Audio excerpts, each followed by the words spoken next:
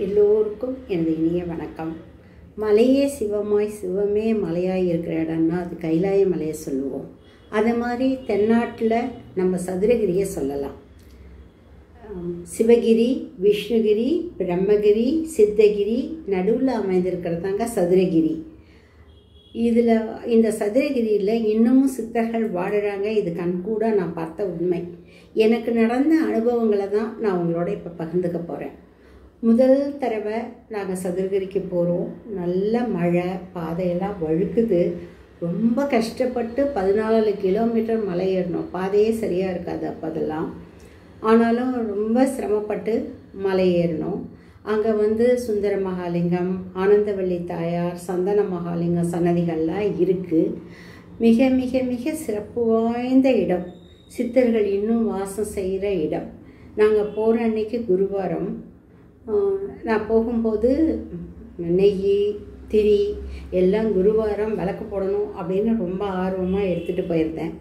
ஆனால் நான் போன போது என்னாச்சுன்னா எங்களால் தூக்க முடியல. ஸோ டிஃபன் எல்லாத்தையும் வாங்கி பளிங்கர்கள் வந்தாங்க. அவங்க கையில் கொடுத்து மேலே எடுத்துகிட்டு போக சொல்லிவிட்டு நாங்கள் பின்னாடி மெதுவாக நடக்கிறோம். எங்களால் நடக்க முடியல, மெதுவாக நடந்துகிட்ருக்கோம். அவங்க எப்பயோ மேலே ஏறி போயிட்டாங்க. அப்படி போகும்போது அந்த வழியில் நிறையா சன்னதிகள்லாம் வரும். அந்த கருப்பண்ணசாமி சன்னதி.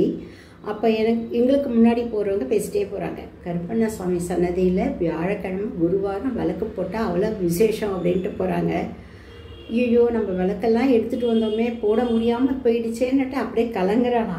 என்னடா இது, அவர் எங்கேயோ போயிட்டாரே, அவர் கூப்பிடவும் முடியாதே அப்படின்னு சொல்லிட்டு ரொம்ப கலக்கமாக இருந்தது. அப்போ எங்களுக்கு பின்னாடி ஒரு கிராமத்து ஆள் மாதிரி காவி கட்டிட்டு சும்மாடு வச்சு அது மேலே ஒரு கூடையை வச்சுட்டு ஆனந்தமாக தேவாரம் பாடிக்கிட்டே ஒருத்தருங்க. ரொம்ப அருமையாக இருக்குது குரல். அவர் பாட்டுக்கு பாடிக்கிட்டே வந்தார். அந்த சன்னதியில் நின்னார். ஒரு 9 விளக்கை எடுத்து வச்சார். எல்லாத்துலேயும் நெய் போட்டார், திரி போட்டார், நல்லா திரிச்சு விட்டார், எல்லாம் பண்ணார். பண்ணிவிட்டு தீப்பெட்டியை எடுத்து என் கையில் கொடுத்தாரு. ஏற்றுமா அப்படின்னாரு. நீங்கள் கொண்டு வந்தீங்க, என்ன ஏற்ற சொல்கிறீங்களா ஐயா? நீங்கள் ஏற்றுங்க ஐயா அப்படின்னு நான் சொன்னேன். இல்லைம்மா, நீ மனசால் நினச்சி ஏற்றணுன்னுட்டு நீ ஏற்றுனா எங்கள் அம்மாவே ஏற்றுன மாதிரி நீ ஏற்று அப்படின்னு சொல்கிறாரு.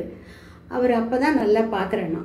கண்ணுன்னா அப்படி ஒரு கண்ணுங்க. வாழ்க்கையில் நம்ம மறக்கவே முடியாது அந்த கண்ணு. அப்படி ஒரு தீர்க்கமான கண். அப்படியே பார்க்குற அவருக்கு கொடுத்து ஏற்றுமா அப்படிங்கிறாரு. அப்புறம் எல்லா விளக்கையும் நான் ஒரு விளக்கை ஏற்றிட்டு கொடுத்துக்கிறேன். அவர் வாங்க மாட்டேங்கிறாரு.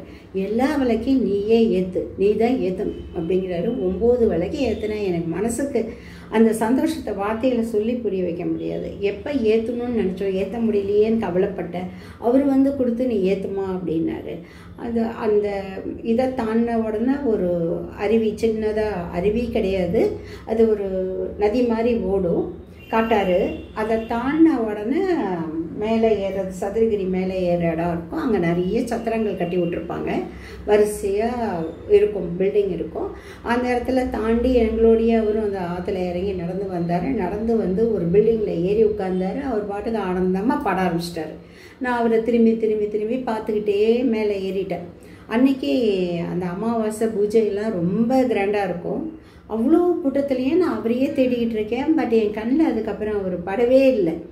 முதல்ல எனக்கு அது ஒரு சித்த அனுபவம் அப்படிங்கிறது எனக்கு புரியல. ஆனால் நான் யோசிச்சு பார்த்தபோது அந்த கண்ணை வாழ்க்கையில் மறக்கவே முடியாதுங்க. அப்படி ஒரு கண்கள் அவருக்கு, அவ்வளோ அழகான குரல். ஆனால் வெறும் இதுதான் கட்டிட்டு கூட வச்சுக்கிட்டு கிராமத்தாள் மாதிரி தான் அவர் வந்தார். ஆனால் என் மனசில் இருக்கிறது அவருக்கு எப்படி தெரியும்? அப்போ அதை நினச்சேன், இது ஒரு சித்த அனுபவம் ஃபஸ்ட்டு சதுரகிரிக்கு வரும்போதே எனக்கு ஏற்பட்டிருக்கு அப்படின்னு நான் நினச்சேன். அதில் நம்ம முதல் தரை ஏறும்போது கண்டிப்பாக ஒரு கருப்பு நாய் நமக்கு வழிகாட்டும். அழகாக நம்ம முன்னாடி ஓடிட்டே இருக்கோம். அது பின்னாடியே போனாலே நம்ம சதுரகிரிக்கு போயிடுவோம். வழியில் மாறி எங்கேயாவது காட்டுப்பாதையில் போயிடாமல் அது நம்மளை அழைச்சிட்டு போயிடும். அதே மாதிரி திரும்பி வரும்போதும் கொண்டு வந்து விட்டுடும். அடுத்த தரம்லாம் வரணும்னா வராது. நான் ஒரு 5 தரம் போயிருக்கேன் சதுரகிரிக்கு. ஆனால் முதல் தரம் மட்டும் அந்த நாய் எங்கள் கூடவே வந்தது. பிஸ்கட் போட்டால் சாப்பிட்டுச்சு. எல்லோரும் பிஸ்கட் போட்டால் சாப்பிடாது, யாராவது போடும்போது தான் அது சாப்பிடும். அது மாதிரி அப்புறம் அடுத்த தர போகும்போது இன்னொரு அனுபவம். அப்போ என்னோடய அக்கா எல்லோரும் வந்தாங்க கூட. அப்போ வந்து என்னாச்சுன்னா தவசிப்பாறைன்னு ஒரு இடம், அந்த இடத்துல ஆசன பலகை மாதிரி 18 சித்தர்களுக்கும் ஆசன பலகை இருக்கும் கேள்விப்பட்டிருக்கேன். நான் தவசிப்பாறை வரைக்கும் ஏறினதில்லை, ஆனால் பெரிய மகாலிங்கத்துக்கு போய் தரிசனம் பண்ணியிருக்கேன். அந்த தவசிப்பாறையில் நைட்டில் சித்தர்கள் மாநாடு நடக்கும் அப்படின்னு சொல்லுவாங்க. பட் நாங்கள் வந்து சந்தன மகாலிங்கத்திட்ட உட்காந்து ஏதாவது வித்தியாசமான அனுபவங்கள் கிடைக்குதா அப்படின்னுட்டு பார்த்துக்கிட்டே இருந்தோம். அப்போ என்னென்னா ஒரு பெரிய எரி நட்சத்திரம் மாதிரி அவ்வளோ பளிர்னு ஒரு நட்சத்திரம் அந்த தவசிப்பாறையில் வந்து இறங்குச்சு. அது வந்து சித்தரோட காட்சின்னு எல்லோரும் சொன்னாங்க. நாங்களாம் ரொம்ப மன உருகி அதை கும்பிட்டோம். அதே மாதிரி நம்ம நடந்துகிட்டு இருக்கும்போது பார்த்திங்கன்னா ரொம்ப நல்ல ஒரு அருமையான பூவாசனை அடிக்கும். மனோரஞ்சித பூவோ இல்லை செண்பக பூவோ ஏதோ ஒரு வாசனை, மல்லிகைப்பூவோ முல்லைப்பூவோ நம்மளை அது கிராஸ் பண்ணும். அந்த இடத்துல அந்த பூச்செடியே இருக்காது, ஆனால் அந்த வாசனை நம்மளை கிராஸ் பண்ணால் சித்தர்கள் நம்மளை கிராஸ் பண்ணுறாங்கன்னு அர்த்தம். அதனால் வந்து அந்த மாதிரி அனுபவங்கள்லாம் நிறைய கிடைச்சிது. அப்புறம் அடுத்த தடவை நாங்கள் போகும்போது எனக்கு ரொம்ப வேண்டியவங்க அண்ணன் மாதிரியா வேணும், அவங்க மாயத்தில் என்னோட வந்தாங்க. அவங்க எப்போதும் என்ன சொல்லுவாங்கன்னா, நான் சிவனை நம்புவேன், சித்தர்களை நம்ப மாட்டேன் அப்படிம்பாங்க. அப்படி இல்லைன்னா சித்தர்கள் நிச்சயமாக இருக்காங்கண்ணே அப்படின்லாம் நான் பேசுவேன். ஆனால் ஒத்துக்கவே மாட்டாங்க, ஆர்கியூ பண்ணிக்கிட்டே வருவாங்க. சரி, நான் ஆர்கியூ பண்ணிக்கிட்டே மலைக்கு போய் சாமியெல்லாம் கும்பிட்டுட்டு எல்லாம் முடிச்சுட்டு திரும்பும்போது பார்த்தா அண்ணன் முன்னாடி வராங்க, நாங்கள் பின்னாடி வரோம். அப்போ வந்து ஒரு இளம் சன்னியாசின்னு சொல்லலாம், ரொம்ப வயசு கம்மியாக தான் இருக்கும், 20 வயசுக்குள்ளே தான் இருக்கும் அவருக்கு, பால சன்னியாசி மாதிரி. அவர் வந்து காவியெல்லாம் கட்டிட்டு ருத்ராட்சம்லாம் போட்டுட்டு அப்படி ஒரு தெய்வீகமாக பார்க்குறதுக்கே நமக்கு ஆச்சரியமாக இருந்துச்சு.